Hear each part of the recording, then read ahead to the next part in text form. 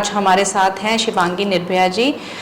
शिवांगी जी, आपका हमारे चैनल पर एक बार फिर से बहुत बहुत स्वागत है। जय माता दी। काफ़ी सारे लोग ऐसे हैं जो माँ काली की पूजा करते हैं जी। तो माँ काली की पूजा करने को लेकर एक मिथ ये भी है कि माँ काली की पूजा घर पे नहीं करना चाहिए, बहुत रौद्र देवी हैं और रौद्र रूप है उनका। जी। तो क्या माँ काली की पूजा घर पे की जा सकती है? बिल्कुल की जा सकती है। माँ तो देखिए रौद्र रूप, क्या माँ ने वो रौद्र रूप किस लिए रखा था, उसके पीछे की भी कहानी है ना, कि माँ ने वो महिषासुर जैसे राक्षस के मर्दन के लिए वो रूप रखा था। माँ त्रिपुर सुंदरी कितनी सौम्य है, लेकिन भंडासुर का वध उन्होंने किया था, तो राक्षसों के लिए ये रूप रखे गए हैं। और माँ काली का बिल्कुल घर में पूजा आप कर सकते हैं। साधनाओं की बात नहीं कर रही, वो बिना गुरु की नहीं होती हैं, लेकिन आप पूजा कर सकते हैं। उनकी दक्षिणेश्वर काली की सौम्य मूर्ति है, श्यामा काली है, ये माँ के स्वरूप हैं। आप घर में रखें, इनकी पूजा करें। अब लेकिन ये कहूंगी कि वो उग्र एनर्जी है, तो साधनाओं में बिना गुरु के मत जाना, क्योंकि उग्र एनर्जी है तो वो आपके लिए झेलना इतना आसान नहीं है। लेकिन हाँ, पूजा आप बिल्कुल कर सकते हो। माँ कभी भी ऐसा नहीं है माँ मैं माँ हूँ आप माँ हैं, हम बच्चों का कभी विनाश करेंगे क्या, उनके लिए कुछ गलत करेंगे? वो हमारे पास आएंगे तो माँ तो स्वीकार करती है, माँ आपके लिए कुछ भी गलत नहीं करती है। माँ काली की पूजा में किन बातों को ध्यान रखना चाहिए? माँ काली की पूजा में ना, जैसे ये पूजा सबसे ज्यादा ये है कि आपको ये ध्यान रखना है कि आपको क्रोध का त्याग करना है। जैसे मैंने बताया, आपको यहाँ पर ब्रह्मचर्य का पालन भी करना पड़ता है। अब गृहस्थ लोग ज्यादा से ज्यादा नहीं कर सकते, लेकिन फिर जितना कर सकें स्पेसिफिक साधना, कि हमने 9 दिन साधना की, हमने 21 दिन साधना की है ना, या हमने 43 दिन साधना की, जितने दिन की आपकी साधना है। आप पूजा नॉर्मल कर रहे हो, बात लगे, जितने दिन की आप पूजा कर रहे हो या साधना कर रहे हो, उतने दिन आपको ब्रह्मचर्य का पालन करना है। दूसरी सबसे बड़ी चीज जो है, माँ को अभिमान बिल्कुल नहीं पसंद है, क्योंकि उन्होंने सर काट दिया था सीधे अभिमानी का। तो आपको यहाँ पर महिषासुर की तरह अगर आपके अंदर अभिमान है तो उसका त्याग कर दो, अगर महाकाली की पूजा में जा रहे हो, क्योंकि माँ काली जो है ना, वो ऐसे फिर आपको छोड़ती नहीं है। अभिमान का त्याग करना पड़ेगा, और नहीं कर पाओ तो फिर पूजा मत करना। मैं ये भी कहूंगी कि बिल्कुल डाउन टू अर्थ होके जाना पड़ता है माँ की पूजा में। माँ काली की पूजा में जैसे कि आपने बताया कि कुछ खास मंत्र हैं, जैसे माँ ललिता त्रिपुर सुंदरी के हैं, तो माँ काली की पूजा जो शुरू करना चाहता है वो क्या पढ़े, क्या? बिल्कुल, पूजा शुरू करने के लिए मैं कहूँगी जैसे माँ काली के स्तोत्र हैं, माँ काली के शतनाम है, 100 नाम, वो आप कर सकते हो, स्तोत्र कर सकते हो, माँ का चालीसा है वो कर सकते हो। मंत्र किसी गुरु से लेकर करना, मंत्र ना गूगल से निकाल के खुद मत करना, वो प्रभावी नहीं होते हैं। किसी गुरु से लेके करना। माँ काली का जैसे बीज मंत्र है क्लींग, उसका भी चैंट किया जा सकता है, लेकिन किसी गुरु के सानिध्य में करो अगर आप मंत्र चैंट कर रहे हो। लेकिन चालीसा स्तोत्र पढ़ने के लिए आप पढ़ सकते हो, ये सब पढ़ो। और माँ काली के फिर इतने सुंदर सुंदर नाम है, आप माँ काली के नाम ले सकते हो। और यहाँ पर कहूंगी सबसे पहले कि माँ काली की पूजा में ना, घर में पूजा करो उनकी, है ना, डेली करो। माँ काली आपको काल से भी दूर करती है। जैसे होता है ना कि अचानक से हमारी सडन कोई प्रॉब्लम्स आ रही है, या अचानक से कोई एक्सीडेंट आ रहा है, या काल आ रहा है, तो काल भी आपके घर आने से 10 बार डरता है। माँ काली वो है, महाकाल और महाकाली बताया गया है ना, तो आप इन सब चीजों से प्रोटेक्ट हो जाते हैं। लेकिन सरल भाव से और शुद्ध भाव से आप माँ की पूजा करें, और स्टार्टिंग में ना कोई मंत्र जाप ना करें, स्तोत्र या चालीसा ही करें। काली, ऐसा कहते हैं कि काली माता ब्लैक मैजिक, यह ब्लैक मैजिक किसी के ऊपर है या तंत्र हो रखा है, तो उसे भी दूर करती हैं। बिल्कुल, माँ काली जैसे मैंने कहा ना कि वो सारे असुरों का विनाश करती हैं, और जो ब्लैक मैजिक है ये भी गलत क्रियाएं की जा रही है ना, तो माँ बिल्कुल प्रोटेक्ट करती हैं। अगर आप माँ काली की पूजा में है और तंत्र विधि से है, सिस्टम से, तो माँ काली आपको खुद प्रोटेक्ट रखेंगी। कोई तंत्र आप पे काम नहीं करेगा, कितना भी कोई करने का कोशिश कर ले। और अगर हो रखा है तो फिर किसी जैसे माँ काली के उपासक के पास जाकर आप उसकी कृपा ले सकते हैं, वो आपको गाइड कर देंगे। और माँ काली के लिए ना नॉर्मली आप यंत्र भी ला सकते हो। अगर कोई तस्वीर रखना नहीं चाह रहे हो कि माँ का उग्र स्वरूप है, तो महाकाली यंत्र आता है, माँ काली यंत्र आते हैं, आप यंत्र स्वरूप में भी पूजा कर सकते हो माँ की। आप पूजा कीजिएगा, फिर देखेंगे आपके घर का ऑरा प्रोटेक्ट हो रहा है। आप माँ काली की पूजा कीजिएगा। और यहाँ पर मैं बता देती हूँ, ये जो स्तुति है हमारी अर्गला स्तोत्र की, ओम जयंती मंगला काली भद्रकाली कपालिनी दुर्गा क्षमा शिवा धात्री स्वाहा स्वधा नमस्तुते, आप इसको बोलिएगा डेली, इसको बोलिएगा, कुछ और ना भी बोले तो। आप केवल जयंती मंगला काली, जयंती मंगला काली, ये 3 है केवल नाम, इनको भी नाम जप कर सकते हो। जयंती मंगला काली, जयंती मंगला काली, कुछ और नहीं, इतना ही 3 बोल लो।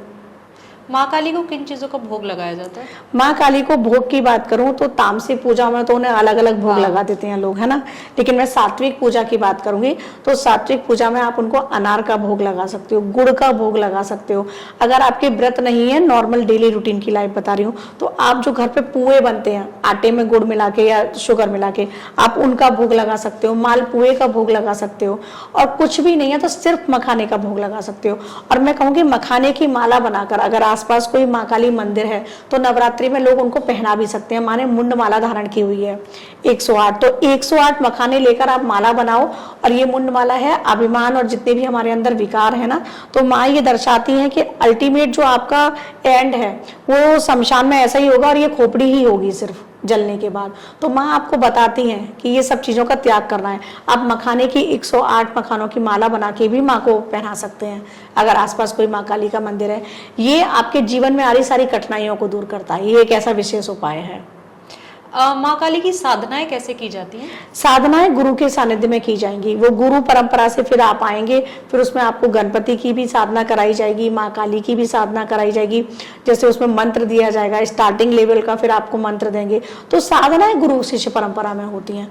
और साधनाओं में जो लोग जाते हैं ना, तो फिर उनके लिए मेंटली प्रिपेयर भी होना पड़ता है, क्योंकि ये उग्र एनर्जी है थोड़ी माँ काली की। अगर आपने उसको झेल लिया तो माँ काली के साधक को कोई भी परास्त नहीं कर सकता। ये फिर वो है।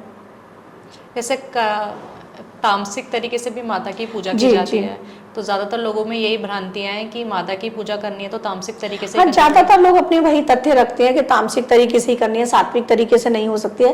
लेकिन ऐसा बिल्कुल भी नहीं है। सात्विक तरीके से भी माँ की पूजा की जाती है। क्या नवान मन से किसी भी देवी की पूजा की जा सकती है? किसी भी देवी को बुलाया जा सकता है? हाँ बिल्कुल, नवान मत सबसे पावरफुल है, क्योंकि इसमें एंग रूप में माँ सरस्वती है ना, रिंग रूप में माँ लक्ष्मी है और क्लिंग रूप में माँ काली है। तो तीनों ही ऊर्जा इसमें समाहित है। फिर चामुंडा देवी भी है, जो तीनों का एक स्वरूप है, जो अष्टमात्रकाएं हैं, सप्तमात्रकाएं थी और 8वीं चंडिका थी। तो चंडिका देवी भी है इसमें। तो ये बहुत पावरफुल मंत्र है नवान मंत्र। इससे अगर केवल नवान मंत्र भी किसी ने कर लिया तो उसका जीवन का कहते हैं ना उद्धार हो गया। आप केवल नवान मंत्र भी कर सकते हो। लेकिन इसके लिए भी कहूंगी, जब तक गुरु नहीं मिल रहे हैं तो शिव जी को गुरु बना के लो। अदरवाइज आप किसी गुरु के सानिध्य में इसको लो और फिर इसको चैंट करो, विशेष फलदायी हो जाता है ये फिर। और कई लोग इसमें दुर्गा सप्तशती का पाठ करते हैं, तो दुर्गा सप्तशती का पाठ करने का क्या महत्व है? दुर्गा सप्तशती का पाठ करने का बहुत महत्व है। ये मार्कंडेय पुराण से लिया गया है और इसमें 700 श्लोक हैं। तो 700 श्लोकों की ये जो श्रृंखला है, इसमें एक एक श्लोक महामंत्र का काम करता है। तो अगर आप दुर्गा सप्तशती का पाठ कर रहे हैं तो आपकी ऐसी कोई मनोकामना नहीं जो पूर्ण ना हो सके, या आपकी कोई ऐसी परेशानी नहीं जो परेशानी नहीं जिसको आप हटा नहीं सकते अपने जीवन से। अब अगर इसकी बात करूं तो इसमें सावधानियां भी बहुत होती हैं। दुर्गा सप्तशती का पाठ करते हुए कभी भी, जैसे मैंने बताया था कि इति, अध्याय, समाप्त, वध, इनका आपको नहीं बोलना है, इनका ध्यान रखना है। दुर्गा सप्तशती के पाठ में जैसे नवचंडी होता है, सतचंडी होता है, लक्षचंडी होता है। अगर आप इस तरीके से अनुष्ठान करा रहे हैं, नवचंडी तो स्वयं भी कर सकते हैं 9 दिनों में 9 पाठ सप्तशती के, लेकिन शतचंडी 100 पाठ हो गए, वो लोगों को बिठा के, ब्राह्मणों को बिठा के कराने पड़ेंगे। तो जो भी आपकी परेशानी है वो परेशानी दूर होगी, जो भी मनोकामना है वो मनोकामना पूर्ण होती है। माँ भगवती की साक्षात पूरा इसमें जो वर्णन है वो महिषासुर, चंडमुंड, रक्तबीज, शुंभ निशुंभ, उनका जो मर्दन हुआ है उसका है। फिर देवताओं ने जो माँ की स्तुतियां की हैं, देवताओं ने जो माँ को अपनी सब सेना लड़ने के लिए शक्तियां भेजी थी, जो शिव जी ने जो कीलित किए हैं मंत्र वो है। यहाँ पर सप्तश्लोकी दुर्गा जो है उसमें विशेष प्रभावी मंत्र है। दुर्गा जी के 32 नाम है, तो उसमें जो हमारे जीवन में संकट आ रहे हैं उसके लिए है। देव अथर्व शीशम है। तो जो वाणी, जैसे आप और मेरा काम वाणी का है, तो हम लोगों को अवश्य करना चाहिए देव अथर्व शीशम का पाठ, जिन लोगों का भी प्रोफेशन वाणी से रिलेटेड है। तो वो उसमें पाठ हो गया। सिद्ध कुंज का स्तोत्रम हो गया, जो कि दुर्गा सप्तशती का पाठ नहीं है, इसमें ऐड किया गया है, वो रुद्रयामल तंत्र से लिया गया है। तो ये अपने आप में एक महामंत्र की तरह काम करती है दुर्गा सप्तशती। अगर आपने एक मंत्र भी इसका ले लिया, सपोज आपने सर्व मंगल मांगल्ये शिवे सर्वार्थ साधिके शरण्ये त्र्यंबके गौरी नारायणी नमस्तुते, आप कुछ नहीं कर पा रहे हैं, इसी को चैंट कर रहे हैं, तो माँ भगवती की कृपा बन रही है। या दूसरा है ओम जयंती मंगला काली भद्रकाली कपालिनी दुर्गा क्षमा शिवा दात्री स्वाहा स्वधा नमस्तुते। माँ की कृपा बन रही है, सारे रूप में माँ को नमन कर लिया।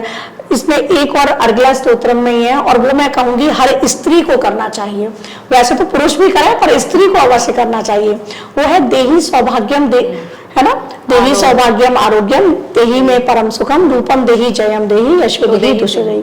क्योंकि सौभाग्य भी चाहिए हर स्त्री को, आरोग्य भी चाहिए, और रूप जय यश सब चाहिए, तो ये अवश्य करना चाहिए। दुर्गा सप्तशती में बहुत सारे ऐसे मंत्र हैं जिनको अगर आप करते हैं तो जीवन बदलता है आपका। जीवन बदलने की बात करूं, जीवन बदल देती है दुर्गा सप्तशती। दुर्गा सप्तशती करने के बाद क्या हवन करना भी जरूरी होता है? हाँ, बिल्कुल जरूरी होता है। जिस भी पाठ का आप कर रहे हैं, जैसे आपने मध्यम चरित्र किया, महालक्ष्मी परक, तो उसका हवन होगा। जैसे आपने महाकाली परक किया, प्रथम चरित्र, उसका हवन होगा। सरस्वती परक है जो 5वें अध्याय से लेकर 13वें अध्याय तक है, तो उसका हवन होगा। या आप स्पेशली किसी मंत्र का जाप कर रहे हैं तो उसका हवन होगा। हवन किए जाते हैं। सिद्ध कुंज का स्तोत्रम का हवन नहीं होता है, उसमें फिर नवान मंत्र से आहुतियां लगती हैं। लोगों के लिए इसलिए बताया क्योंकि हमने हमारे लास्ट पॉडकास्ट में ये बताया नहीं था। हाँ। सिद्ध कुंज का स्तोत्रम का ना हवन नहीं होता है। कई लोग मेरे से पूछते हैं कि हवन कैसे करें, पाठ किया है, उसमें सिर्फ नवान मंत्र की आहुतियां लगती हैं। तो हवन बहुत जरूरी है। अगर आप हवन नहीं कर पा रहे हैं या पंडित जी आपको नहीं मिल पाएंगे, आपको ये लग रहा है, फिर दशांश होता है, मतलब 10वां अंश।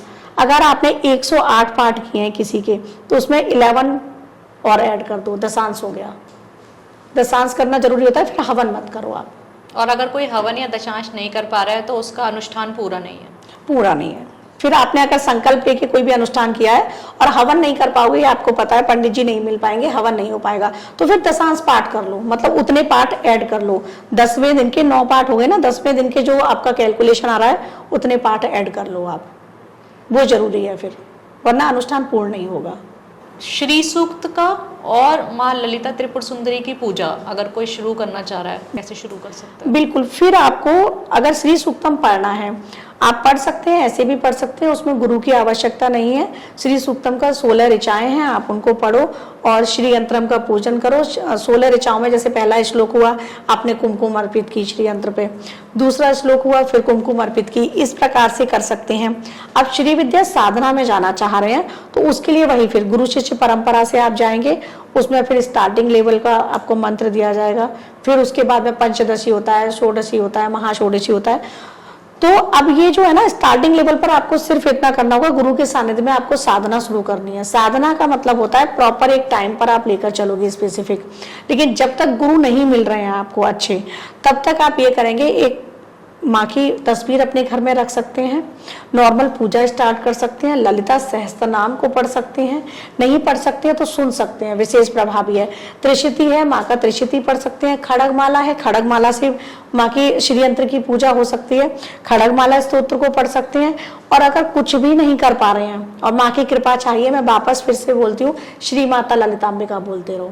माँ की पूजा के लिए श्री यंत्र आप अभिमंत्रित करवा के भी ले सकते हैं किसी विद्वान पंडित से, या घर पर अभिमंत्रित करा लो। माँ की आप फोटो लेकर आइएगा, उसको रखिएगा और आप उसका डेली नियम से पूजन कीजिएगा। अब श्री यंत्र का जो पूजन होता है वो श्री सूक्तम से आप कर सकते हैं। श्री सूक्तम की 16 ऋचाएं हैं, तो एक एक ऋचाओं के साथ आप कुमकुम अर्पित करते हुए, या फिर आप ललिता सहस्त्रार्चन कर सकते हैं, मतलब ललिता सहस्त्र नाम के साथ। तो वो एक लंबी विधि है, अगर उतना समय नहीं है तो आप 11 टाइम श्री माता ललितांबिका बोलते हुए भी श्री यंत्र का पूजन कर सकते हैं। ललिता सहस्त्र नाम का पाठ करना चाहिए, त्रिशती का पाठ करना चाहिए, खड़गमाला का पाठ करना चाहिए, ललिता पंचक स्तोत्र है, सौभाग्य अष्टोत्तर स्तोत्र है। इस तरीके से माँ के कुछ स्तोत्र हैं, आप उनका पाठ कर सकते हैं। साधनाओं में बिना गुरु के नहीं जाना, या किसी भी मंत्र को बिना गुरु के नहीं आपको चैंट करना है, क्योंकि माँ काली और माँ त्रिपुर सुंदरी 10 महाविद्याओं में से हैं, तो इसमें गुरु शिष्य परंपरा के अंतर्गत ही आप जाएंगे। तो इस प्रकार पूजन करने से भी ना आपकी लाइफ में माँ राजराजेश्वरी हैं, कामेश्वरी हैं, आपको सब कुछ प्रदान करती हैं। किस तरीके का श्री यंत्र लाना सबसे उत्तम होता है? देखिए, श्री यंत्र मेरु पृष्ठ ले आए, वो बहुत ही अच्छा है, जो आपने देखा होगा टॉप में इस तरीके से उठा हुआ होता है, मेरु पृष्ठ सबसे अच्छा होता है। अदरवाइज आप सिल्वर का ले सकते हैं। इस प्रकार से हम श्री यंत्रम का पूजन कर सकते हैं। अब जैसे मैंने कहा ना, आप कोई भी पाठ नहीं कर पा रहे हैं तो फिर आप श्री माता ललितांबिका बोलते हुए कुमकुम अर्चन करो, माँ राजराजेश्वरी है, कामेश्वरी है, सब कुछ प्रदान करेंगी आपको। और मैं तो कहती हूँ ललिता सहस्त्र नाम जो है वो सबको सुनना चाहिए, सबको सुनने से आपकी जितनी भी लाइफ में स्ट्रेस है वो भी दूर होते हैं। तो इस प्रकार से हमारे व्यूअर्स करें, और मैं सभी के लिए कहूंगी आपकी लाइफ में हैप्पीनेस, पीस एंड प्रॉस्पेरिटी सब कुछ माता रानी दें और आपकी सारी मनोकामनाएं पूर्ण करें। श्री माता ललितांबिका, धन्यवाद।